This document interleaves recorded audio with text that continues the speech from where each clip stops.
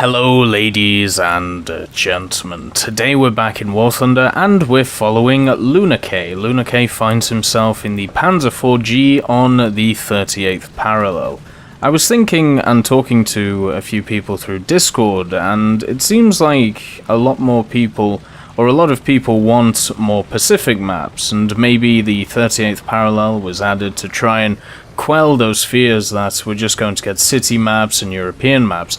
But the 38th parallel, even though I believe it's based on a place in Korea, it would be nice to have something from the Pacific. I mean, we have many maps when it comes to air forces. We have a lot of maps based on islands which were fought over in the Pacific. Maybe we could see some more of them.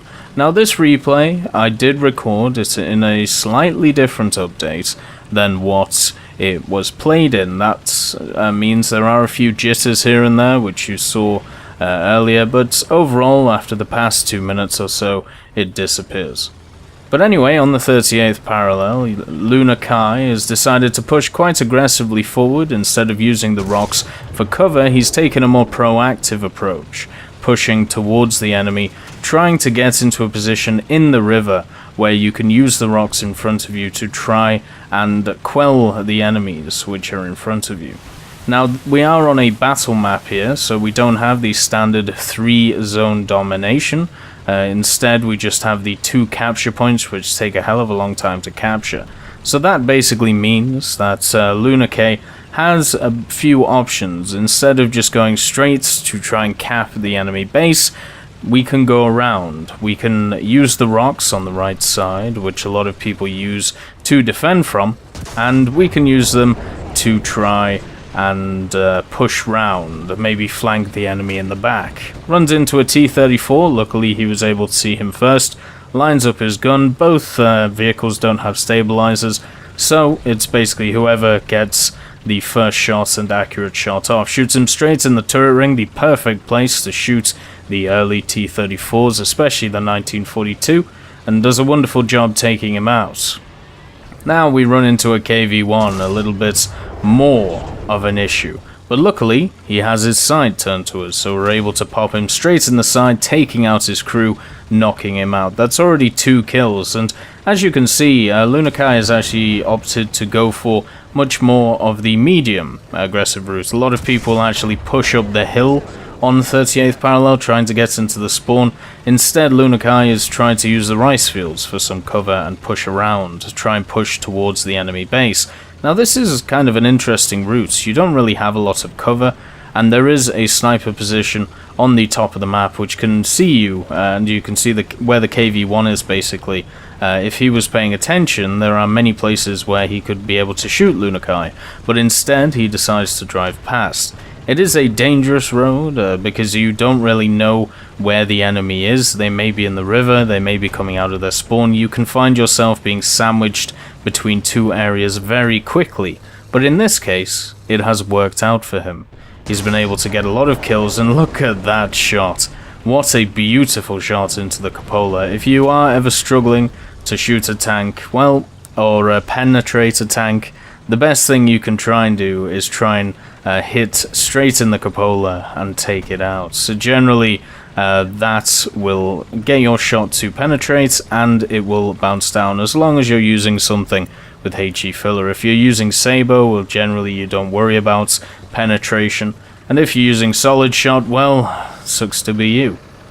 But there's that KV-1 that we saw earlier. He's trying to quell the advance of the allied tanks on Lunacae's team, trying to get into the cap. There is 2 of them trying to push up there, and with a KV-1 just sat on this road, those tanks can't move, and that is one of the biggest issues of moving into the spawn.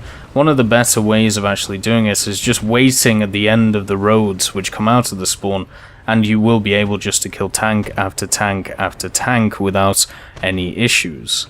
The 38th parallel map has a lot of issues, and one of the big major ones is the fact that there's only really 3 ways of getting out of both spawns. So with 2 tanks, you can pretty much cover the whole basic area where the enemy is going to come from. Most or the majority of people don't really use that central road, and therefore what happens is that you can just sit one tank at the end of one of the roads, so let's say the left road, and another tank at the end of the right road on the far right, and from there what you're able to do is just pretty much stop all reinforcements and everybody coming out. But obviously that requires a bit of coordination on the part of the team, and that's generally quite hard to do, so a lot of people are overly aggressive and they push into the spawn without really thinking. But instead, Lunacae, showing some intelligence, moves into the river. After moving across the whole of the map with some support behind him as well, which is lovely to see, he's able to get himself in a position where he has 5 kills and 1 assist, the assist being that KV, which he shot earlier. But from this position he has complete control of the cap. He can also flank the enemies which have moved in on B, basically squashing them between half of his team and, well, him and 3 others coming from the back. His team, even though it's uncoordinated, basically they're not talking to each other, have actually moved in unison in 2 very distinct groups, and it's kind of lovely to see. Very much the old teamwork which can happen in War Thunder even with random players. Sometimes you get those moments which are basically just random moments where it seems like you just click with some of the other tankers around you and you're able to check a corner while another guy's backing you up, and then you have the next guy checking the next corner, and it just feels really nice. But most of the time, obviously, that doesn't happen. But anyway, Lunacae is pushed onto the point. At this point, the Russians are in a very desperate position along with the Americans. They've lost the initial battle, and therefore they've given the Germans the advantage. It seems like the Germans also have air superiority, so for the Allied team, if you want to call them that, the Americans and the Russians to come back, they're going to have to force themselves down one of these sides, and pretty quickly. And as you can see from this position, well, you can just stare at one of the places where the majority of the enemy tanks will come from.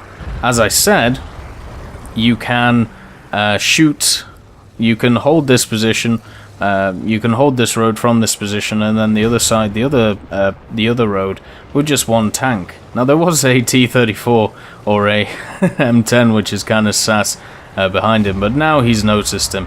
He's taken a pod shot at a Panzer IV, dealt a lot of damage to it, and it is an Achilles, so the Achilles doesn't have great gun traverse.